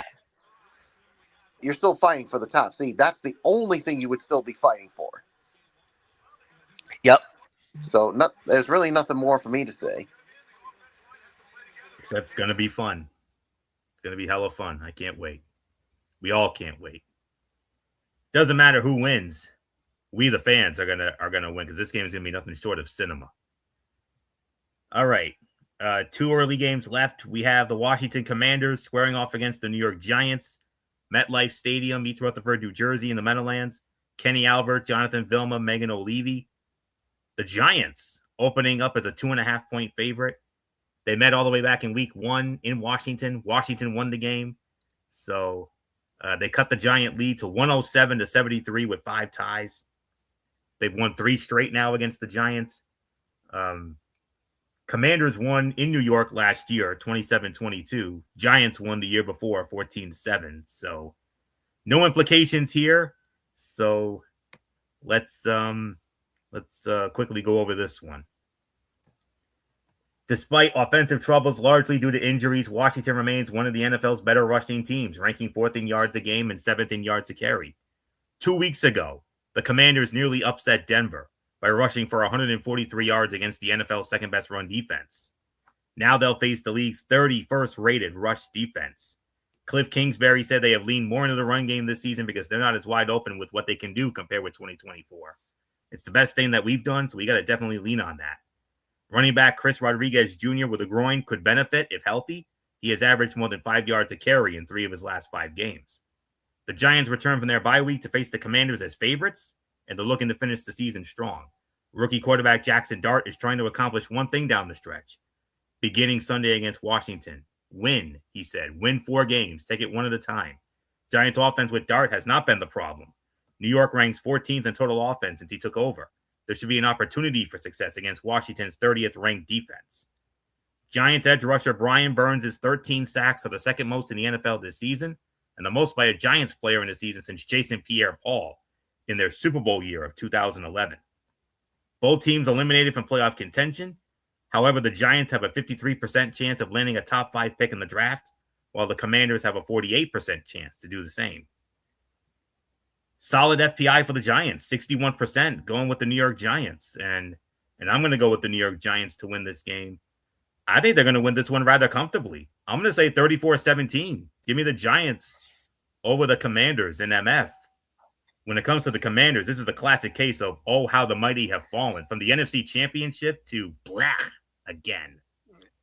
Yeah, and it was because of the injuries. Jaden Daniels got hurt at some point. He had some key injuries in certain areas. So, yes, without a doubt, that was the reason why everything fell apart. And I got really not much more to say, and I'm in total agreement with you, Anthony. I got the New York Football Giants winning the game as well. So, yeah, really nothing more to add. Michael Bullock, it's yours. What are we talking about again? Which match? That's Washington Commanders and the New York Giants. And what did you guys go with? We both went with the Giants. Yeah, I'm going to go with the Giants as well. So, yeah, there's really nothing more to say. So, let's move on. Oh, and one more quick thing about this. The theme of the night, the polar vortex, and this falls into that. This also falls into that category. 31 degrees, colder, up to an inch of snow early in the morning, and then a total of 1 to 3 inches slow and slippery travel in the morning, improving travel conditions in the afternoon, 31 degrees. And you can pretty much say the same thing about the next game. The same exact thing can be said about our final early game between the Las Vegas Raiders and the Philadelphia Eagles at Lincoln Financial Field in Philadelphia. Joe Davis, Greg Olson, Pam Oliver. On the call, Philadelphia opening up as a 12-point favorite. And the series history, it favors Philadelphia 7-6 in the regular season. They met in 2021 in Vegas, and believe it or not, the Raiders won that 33-22. Last meeting in Philly, 2017, Eagles won 19-10. The Raiders have not won in Philadelphia since 2001, and that was a 20-10 final at the old Veterans Stadium. So I believe this one goes to MF. So MF, our final early game, the Las Vegas Raiders and the Philadelphia Eagles. If there was ever a time for a get right game for Philly, this damn sure is it. Yeah, the Raiders are not good at all. Philly is fortunate that they're getting this game. You got to run the football. You got to get Saquon Barkley going because Saquon is a shell of what he was last season. He's not as dominant as he needs. He needs to get right. He needs to dominate early. If you do that, the Eagles will win comfortably. The Raiders are not a good team at all. They are one of the most disappointing teams this season. There's not much for me to say here. Give me the Eagles to win and win comfortably. Bullock, go. Yeah, there's no doubt. I got the Philadelphia Eagles winning this one. They got to, and I think they should win this one rather handily. Vegas is not good, so nothing more to say. It's yours, Florio. We got the late games now, guys. We got 5 of them, and believe it or not, this week both networks are both CBS and Fox are going to have double headers. So we're not going to go by networks here. We're just going to go by the usual order we do. And we're going to start it off with the other huge game on our side of the ledger, the other half of our huge double main event. In a way, you could say co-games of the week, but that Buffalo-New England game by a smidge is gets the top billing. But that's not to say this game is not as important either. This could be a Super Bowl preview. You don't know. It's very possible. And they've met in the Super Bowl before. They could meet again. You never know. To start off the late games, our number 2 game of the week, the Green Bay Packers squaring off against the Denver Broncos. In Power Field at Mile High. Hello, friends. Jim Nantz, Tony Romo, Tracy Wolfson, and the spread favors Green Bay. Green Bay opening up as a 2.5-point favorite. And the series history, when it comes to these two, it's actually tied. It's actually 7-7 with a tie. Last meeting was 2 years ago in Denver, and Denver won 19-17. Green Bay has not won in Denver since 2007, a 1913 overtime win. And if I recall, I think that was a Monday night game that year. So not much more to say. I believe Michael Bullock starts this one off. Bullock, our number 2 game of the week to kick off the late games, the Green Bay Packers and the Denver Broncos. You could certainly make an argument that this could also be the game of the week. It's that big, but our game is just a little bit bigger because of the implications there. But Bullock, started with you here. Late games started off. Number 2 game for us, Green Bay and Denver. Whoa, that's a big one. Who you got? Yeah, this is a big one here. I mean, obviously Green Bay coming off of a huge win over their rivals, the Chicago Bears last week, and of course Denver taking care of their business with the Vegas Raiders. So yeah, something's definitely got to give here in this game. This is one that could go either way, but I don't know. I just got to go with Denver. I mean, I think they've really surprised a lot of people throughout the season, and it's basically because of their defense. So I got Denver winning this one. I mean, I would not at all be shocked if Green Bay goes into Denver and steals one. So, but I got Denver winning. It's yours, Florio. This is the middle of a 3-game stretch. Bears, Broncos, Bears. That could decide where the Green Bay Packers finish. Last week's win over Chicago put the Packers back in first place in the NFC North. Depending on what happens against Denver, next Saturday night's game at Chicago might be season defining. Coach Matt LaFleur said we knew going into this year it was going to be a grind, and you've got to find a way to get through it. This one goes out to all the pass rush lovers, Fletcher. This game will feature the player who leads the league in pressure rate, Packers edge rusher Micah Parsons, and the players who rank numbers 1, 3, and 5 in QB hits, Broncos defensive tackle Zach Allen, Micah Parsons, and Broncos edge rusher Nick Benito. So it could come down to which offense can keep its quarterback out of harm's way long enough to score against defenses that are among the league's top 6 in points allowed. Denver is 4th, Green Bay is 6th. The Broncos' league-leading 55 sacks are 11 more than the next closest team this season. When it comes to what's at stake, the Denver Broncos, with a win, will clinch a playoff spot. They will not win the division. They will only clinch a playoff spot if they win. Another close FPI here. It's only 52%, but they're going with Green Bay with 52%. Now, if this game was in Lambeau, I go with Green Bay. But with this game being in Denver and with how great the Broncos have been, they've been just as hot as New England. They've won. I believe they've also won 10 in a row. Until I see different, I'm with Bullock here. I got to go with Denver. I'm not gonna. It's gonna be close, obviously. I'm gonna say 23-20, but I am gonna go with the Denver Broncos to win this game. I just feel there's like a mile high magic, and we saw it in those come from behind wins against Dallas and the Giants, especially the Giants. So, but would I be surprised if Green Bay stole this one? Absolutely not. So, we'll see. So, I'm going to take a chance on Denver, but don't be surprised if Green Bay steals it. So, MF, if the Buffalo New England game didn't have all those high stakes, this would have been our game of the week for sure. Yeah, no doubt about it. And I'm with you guys. I'm with the Denver Broncos. I think Denver wins this game. I think it's going to be a very good battle. I think it's going to be exciting all the way to the very end. But I got Denver winning. So nothing more to say, Anthony. Let's move on. And we move on. I got to be honest with you. When it comes to the other side of the ledger, the Fox side of the ledger, they got a lot of duds. But yeah, they did get one good one. They got one good one. Far and away, and I do mean far and away, the game of the week on their side. And we're going to get into it right now. America's game of the week. The Detroit Lions squaring off against the Los Angeles Rams. SoFi Stadium in Inglewood. On the call for that will be, of course, Kevin Burkhardt, Tom Brady, Aaron Andrews, Tom Rinaldi. Los Angeles opening up as a 6-point favorite. Rams lead the all-time series regular season 45-31 with a tie. Lions have won the last 2 meetings, including playoffs. They won opening day in Detroit, that first Sunday night of last season, 26-20 in overtime, but that was in Detroit. Last meeting in LA was 2021. Rams won that. Looks like it was 28-19. Lions' last win at the Rams.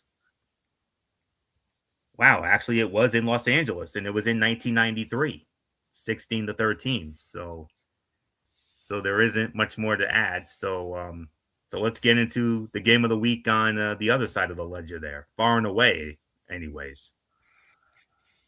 Lions quarterback Jared Goff, who is entering his 4th career game versus the Rams since being traded from Los Angeles for Matthew Stafford in 2021, says the move feels like a long time ago. Goff says he no longer feels emotions so much anymore as he becomes further removed from the trade. I've got so much respect for those guys over there and how well they're playing, how well they're coached. Certainly the film I'm watching of their defense is really impressive. Goff said that after Wednesday's practice. With a victory Sunday against Detroit, the Rams can clinch a playoff spot. But wide receiver Devontae Adams said that's not something that has come up in team meetings this week. It's cool to know certain things like that, but the way we approach it, I think the best way is to be where your feet are and conquer the day that you're in. The Rams also have a 46% chance at the number 1 seed in the NFC, according to ESPN Analytics. With a win against the Lions, that jumps to 60%. But with a loss, it falls all the way down to 27%. Rams and Lions play action rates are among the highest in the NFL this season. Rams are leading the way, doing so 35% of the time, while the Lions have the 4th highest clip in the league at 30%. And what's at stake? Well, very simple. The Detroit Lions have the 2nd most to gain or lose this week. Their current playoff chances are 55%, which will rise to 73% with a win, but drop down to 42% with a loss. The FPI goes with the Rams. They like the Rams. 58%. I'm gonna go out on a limb here. I think we're gonna see a shootout. Not just any shootout, an epic shootout. And I gotta go with the Los Angeles Rams to win it. You ready for this final score? Try this. Give me the Rams to win 45-42. Los Angeles beats Detroit. But I would not at all be surprised if Detroit goes in there and steals it. So, not much more to say. MF, how do you follow that? Yeah, there's not much to follow on that one. But I'm with you. I think the Rams win the game. I think it's going to be a wild one, no doubt about it. Really nothing more to add there, Mike. No, not much more to add there, Anthony. So, Michael Bullock, it's yours. Yeah, this I think this is going to be an offensive shootout as well. I mean, both offenses are really good, but I got to go with the Rams. I mean, they're the better team. I mean, they're the ones that are really rolling as well. And yeah, so Rams going to win in an offensive shootout. So it is yours, Florio. Okay. All right. Next up, NFC South divisional matchup. As it will. Oh, hold on. I got a video playing here. Oh, I didn't know I had a video running. Hold on 1 second here. Okay. All right, I think I got rid of it. All right. I apologize for that little interruption. Okay. It's the Carolina Panthers squaring off against the New Orleans Saints, the Mercedes-Benz Superdome in New Orleans. And on the call for this one, it will be Jason Benetti, Robert Griffin III, and Sarah Kustok. And Carolina opening up as a 2.5-point favorite. 2nd meeting of the season with these two. And believe it or not, New Orleans actually went into Charlotte and beat the Panthers 17-7. So because of New Orleans winning that first meeting last month, that was back on the 9th of November. So New Orleans added to their series lead. It's now 32-29 in favor of New Orleans, with New Orleans winning in Charlotte. Last year in New Orleans, the Saints blew the Panthers away, 47-10. Saints have won the last two meetings at home. Carolina hasn't won in New Orleans since 2022, and that was a 10-7 final. So there isn't much more to say. MF, if you're the Carolina Panthers, you're licking your chops. Tampa Bay, oh, how the mighty have fallen. It looked like they were going to run away with the South. All of a sudden, Carolina has a half a game lead. They're looking to make it a full game with two meetings with Tampa Bay on the horizon next week and a couple weeks after that. So, dude, this is insane. Whoever would have thought this was going to happen, but here we are. This is crazy. I can't believe this happened. But if you're Carolina, you kind of feel like, all right, now what do we do? I think it's time for that they step up and take the next and take full charge of it. So yeah, I think Carolina wins, and Michael Volek, it's yours. Yeah, I got to go with Carolina. I mean, especially now with where they are in first place, and I think they got to feel motivated now. They want to hold on to this. So give me Carolina to win this one. So it's yours, Florio. Yeah. What an unbelievable turn of events when it comes to this.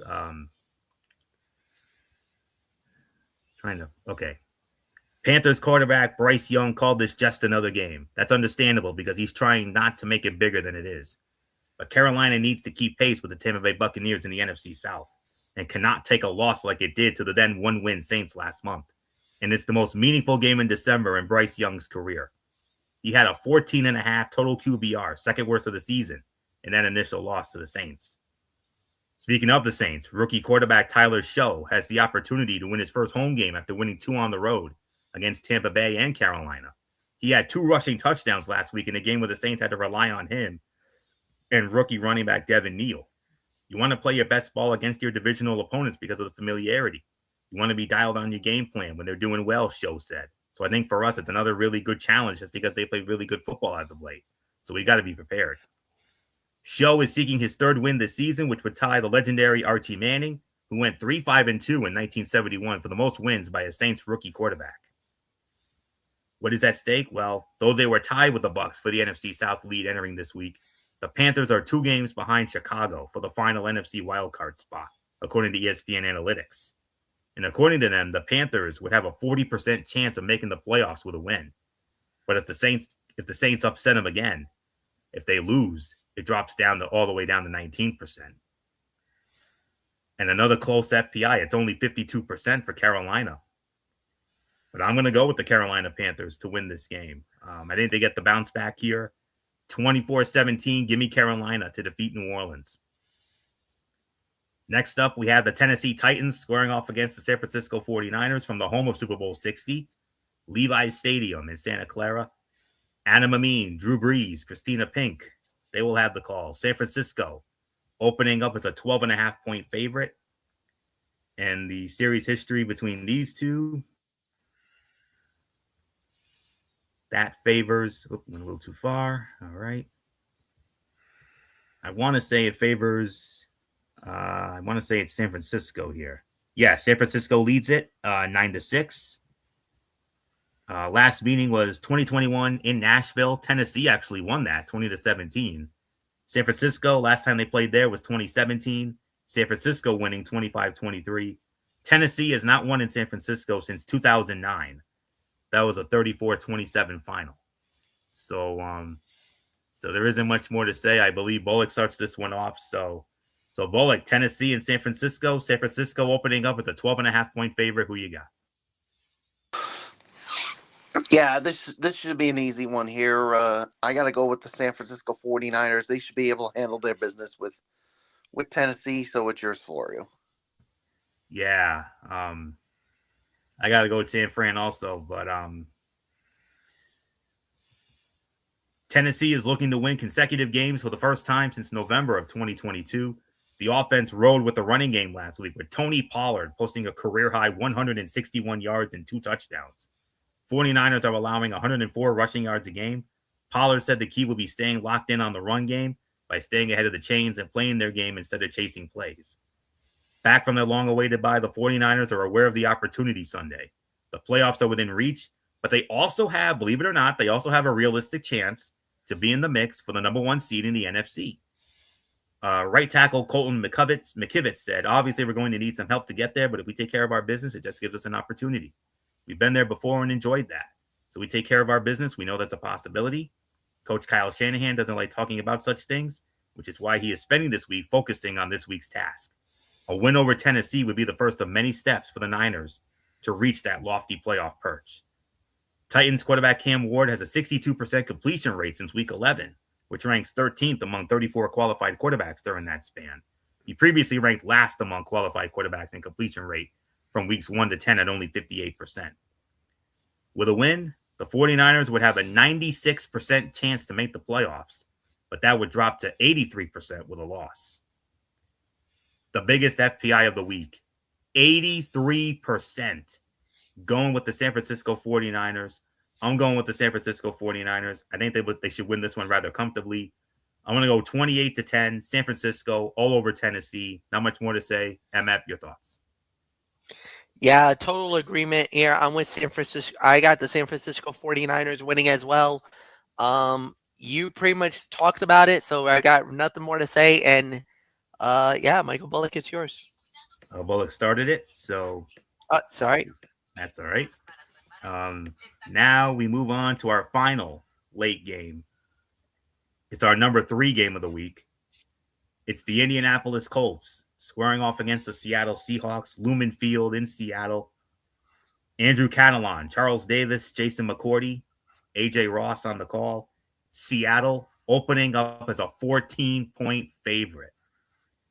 Indy leads the all-time series 7-6, but Seattle's won the last 2 meetings, including a 28-16 win in Indianapolis in their last meeting in 21. 17 was their last meeting in Seattle. Seattle smashed them 46-18. Indianapolis has not won in Seattle since the year 2000. 2000 at the old Husky Field there. That was just after they left the Kingdom. 37-24, Indy won that in 2000. So let's start it off with our number 3 game of the week to wrap up the late window here. Now unretired quarterback Phillip Rivers has grabbed the majority of the headlines, but the underlying story is the Colts defense versus the Seahawks sizzling offense. Indianapolis has been struggling on defense, and without its elite starting cornerback duo of Sauce Gardner with a calf and Charvarius Ward with a concussion, as well as the potential absence of defensive tackle DeForest Buckner with a neck, the Colts are up against it. In the last 5 games, the Colts are 25th in scoring defense, 26 points a game, and 23rd in opposing QBR, 56.6 or 57.6. Can they slow a red-hot Seattle offense? Seahawks coach Mike McDonald said of Rivers unretiring at the age of 44, if anybody can pull it off, it's him. The guy's probably one of the best competitors in the history of the NFL. I'm sure he wouldn't do it if he didn't feel like he was ready. Rivers, who has not played since 2020, will have to do it against one of the league's best defenses. Seahawks are allowing the second fewest points and rank second in pressure rate, and both offenses might be challenged Sunday with rain in the forecast. Colts running back Jonathan Taylor has had 3 consecutive games with fewer than 100 rushing yards, his longest streak this season. Colts have a 27% chance to make only a 27% chance to make the playoffs. Per ESPN Analytics, they are not favored, keywords, not favored in any of their remaining 4 games this season. Another big FPI, 72% going with the Seattle Seahawks. I'm going with the Seattle Seahawks to win this one. I'm going to go 30-14, Seattle over Indianapolis.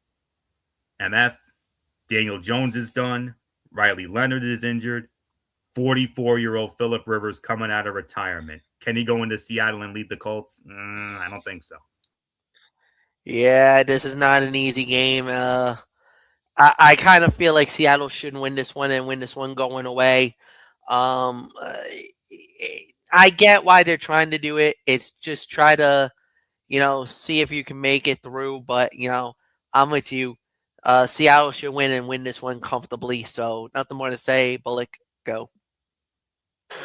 Yeah, I'm going with Seattle as well. So, yeah, there's nothing more to say. So let's move on. Sunday Night Football on NBC, 820, NBC and Peacock. The Minnesota Vikings squaring off against the Dallas Cowboys, AT&T Stadium in Arlington. Mike Tirico, Chris Collinsworth, Melissa Stark. It is Dallas opening up as a 5.5-point favorite. And series history between Dallas and Minnesota, it favors Dallas 15-12. Last meeting was 2022 in Minnesota. Dallas smashed them 40-3. First meeting in Dallas since 2019, and in that one, Minnesota won that 28-24. Dallas last beat Minnesota at home in 2013. That was a 27-23 final. So there isn't much more to say. I believe MF starts this one off. So MF, Minnesota, and Dallas Sunday night. Who you got? Yeah, this one's gonna be an interesting matchup. I'm gonna go with the Dallas Cowboys. I kind of feel like, look, they probably let one get away. You know, they got caught up in all the hype and all the excitement. I think they're gonna bring it right back down to earth. So give me Dallas to win it. Minnesota's just a mess right now. I really don't have much faith in the Vikings right now. Give me Dallas to win it. Bullock is yours. Yeah, I got to go with Dallas as well. Like you said, Minnesota's just a mess. So there's really nothing more to say. So let's move on to you, Florio. Yeah. Bear with me for a moment here. Okay. If Vikings receiver Justin Jefferson can't break out of his statistical slump Sunday night, when will he? The Cowboys entered the game having allowed the most passing yards a game in the NFL, 255 a game. Though they have shown some overall defensive improvement in recent weeks, Dallas has still allowed a 90-plus yard receiving game to 8 different receivers this season. Jefferson's last 2 games, 4 receiving yards in Week 13 and 11 yards in Week 14, are the 2 least productive games of his career. Cowboys know they need help to make the playoffs. They also know they need to do their part by winning their final 4 games. They have beaten Minnesota 3 straight times, their second longest active winning streak against an opponent. Only 9 straight against the Giants is more. And playing at home helps. The Cowboys are averaging 33 points and 431 yards a game at AT&T Stadium this season. Minnesota's road offense has not been so hot. Since the third quarter touchdown at Detroit on November 2nd, the Vikings have gone 25 possessions without a touchdown. Cowboys quarterback Dak Prescott is seeking to be the second Dallas quarterback to lead the NFL in passing yards through Week 15, joining Hall of Famer Roger Staubach in 1978. Cowboys have a 10% chance to make the playoffs per ESPN Analytics and also have an 8% chance of winning out. Solid FPI for Dallas, 60% going with the Dallas Cowboys. I'm going with the Dallas Cowboys to win this one as well.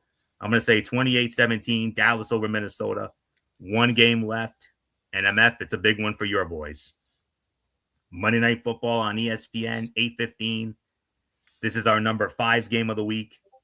MF's Miami Dolphins squaring off against the Pittsburgh Steelers, Acrisure Stadium, Heinz Field in Pittsburgh. Joe Buck, Troy Aikman, Lisa Salters, Laura Rutledge. Pittsburgh opening up as a 3-point favorite. Pittsburgh leads the regular season series 13-12. However, their last meeting in 2022 in Miami won 16-10.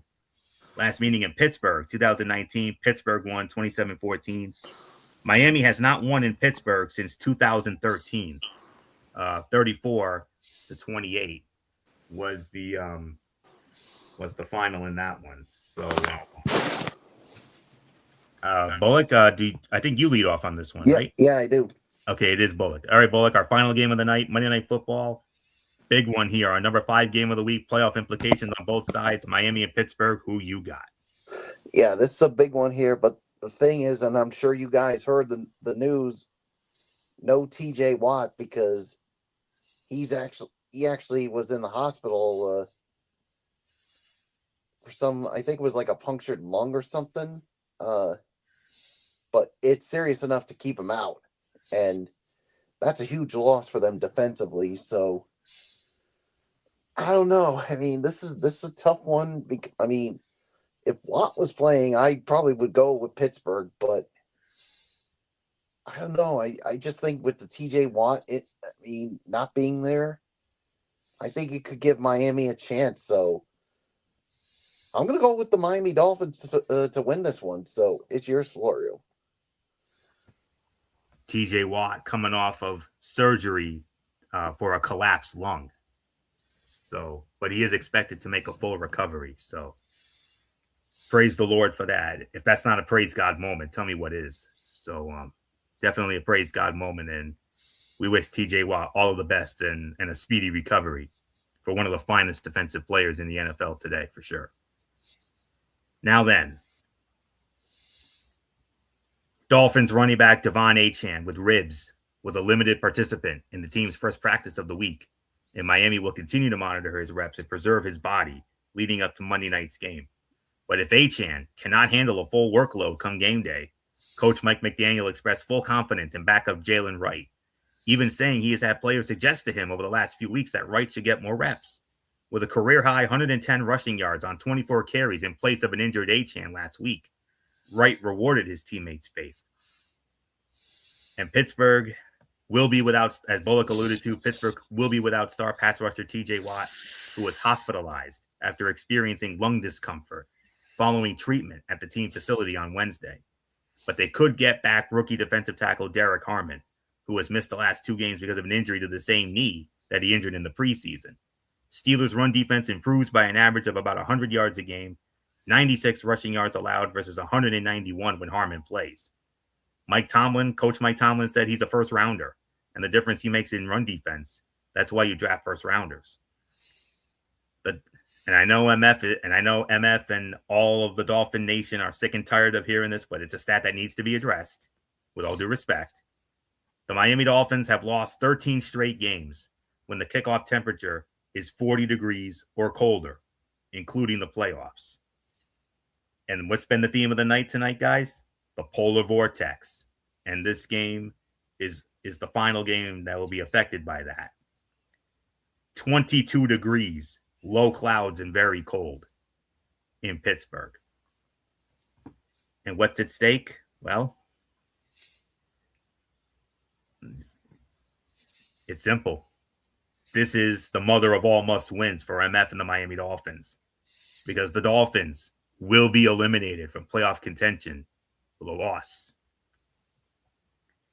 FPI goes with Pittsburgh, 59%. I can't ignore that stat. I mean, I'm pulling for MF and the Dolphins. Honestly, I am. I would love to see them pull this off, but I got this feeling that Pittsburgh's going to find a way here, especially after coming off that huge win in Baltimore to regain control of the AFC North. That monumental win in Baltimore last week. Oh, by the way, they meet again the final week of the season, and that game could very well be for the AFC North. And if that's the case, MF and I could end up having that game. You never know. But we'll see. But with all due respect, I got to go with the Pittsburgh Steelers in this one. I'm going to go 23-21 Pittsburgh over Miami, but I wouldn't be surprised if Miami found a way to win this one. The 13 straight losses in sub 40 temperatures, that's one thing, but I'm also concerned about Devon Achane because that kid is a stud. I'm just as high on that young man as MF is. He is a racehorse, man, let me tell you. So, and if he can't go, I don't think Miami can win this, with all due respect. So 23-21 Pittsburgh wins. Nothing more to say except take us home, MF. Must win for your Dolphins. They lose, they win. Slight chance they stay alive, but if they lose, sorry, man. It's the end of the road. Yeah, it is. And I get it. First off, let's talk about the Achane. It was only a minor rib injury. They actually kept him out. And it wasn't because of that he was hurt. They just said, no, if he needed to come back into the game, he could have came back. They said it was only for emergency purposes and everything else. They're being very careful with them because, it is a rib injury. But from all indications that I'm hearing, he's playing on Monday. So that'll rest easy. The Watt injury is huge because that was a major news for the Miami Dolphins. And I'm telling you, Anthony, as far as Dolphin fans go, they are salivating right now. Yes, there is the fear about everything else in the whole 9 yards, but honestly, the way Miami's been playing lately, I'm not worried. I really ain't. I'm not scared of this moment because this isn't the traditional Miami Dolphins squad or anything else. We finally figured out what our identity is. We're a run first offense, and it looks like that's become our MO. So I kind of feel like as long as we play that style of football, I think we can win this one. So yeah, I know it's going to be a tough sled because it is. You know, you're going to Pittsburgh. It's 20-something degree weather, and I know a lot of people is kind of feeling that traditional like this is Miami can't handle the cold and everything. I'm sick and tired of hearing that crap. It gets to a point where enough is enough. You just got to buckle down, play your game, and handle what you got to feel, what you got to handle. And the thing is, with everything on the line, with knowing that a loss basically ends your season, Miami's not going to lay down for nothing. So I think Miami's going to answer the bell. There's more drama in Pittsburgh than there is in Miami. So I'm not buying all this, yeah, it was a kumbaya moment. It was good that they won on Sunday over Baltimore, but I'm hoping for a mistake. I'm hoping for Aaron Rodgers to go back to the old Aaron that he was, the mistakes level Aaron. And I feel like Pittsburgh is not, Watt being out is a big thing. If that other player doesn't play, and I know he's saying he's gonna play, I don't know. We'll see. If he doesn't, then Miami definitely has it. But I got confidence enough that the Dolphins will win on Sunday. So yeah, Floyer, what's yours?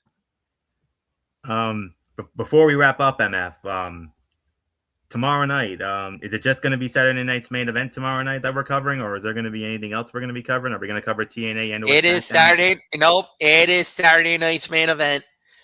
I think it's fitting that it would be that. There's no point in doing the other shows because we're going to be focused on one thing and one thing only. That's right, and that is the farewell, the final farewell of John Cena. So with that being said, that will put a bow on this very exciting Week 15 edition of TXN Sports World NFL Friday. We want to thank you all so very much for not only tuning in, but staying up with us here tonight.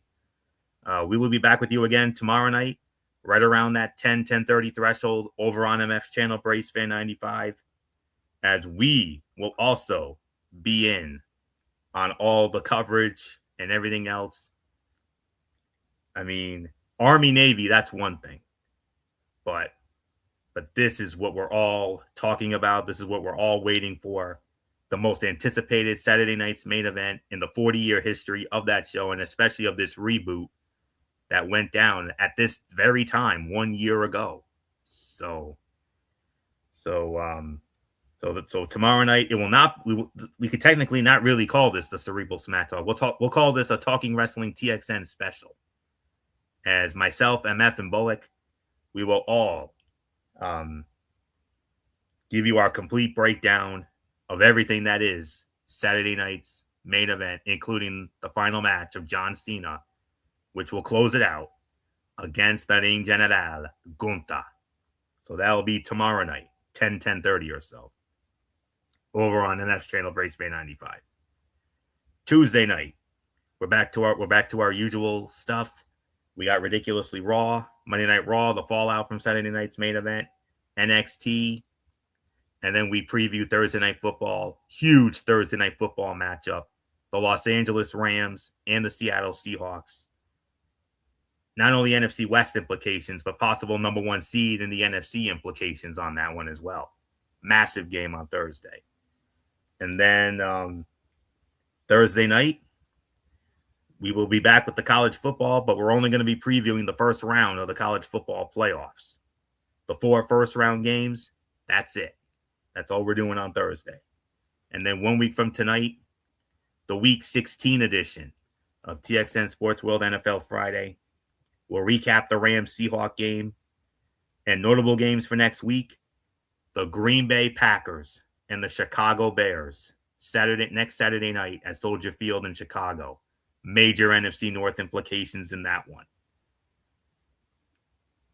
The Tampa Bay Buccaneers and the Carolina Panthers for first place in the NFC South. A potential sleeper game, the Los Angeles Chargers and the Dallas Cowboys.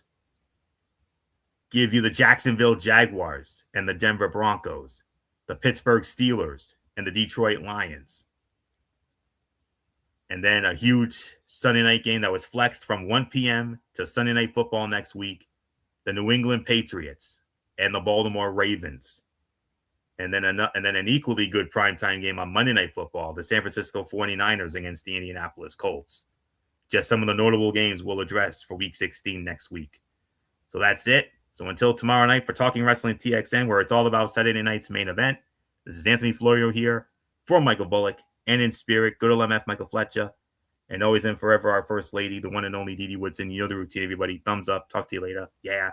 Throw it up, Fortune 4 style. Bye for now, my friends. God bless. Be good to each other.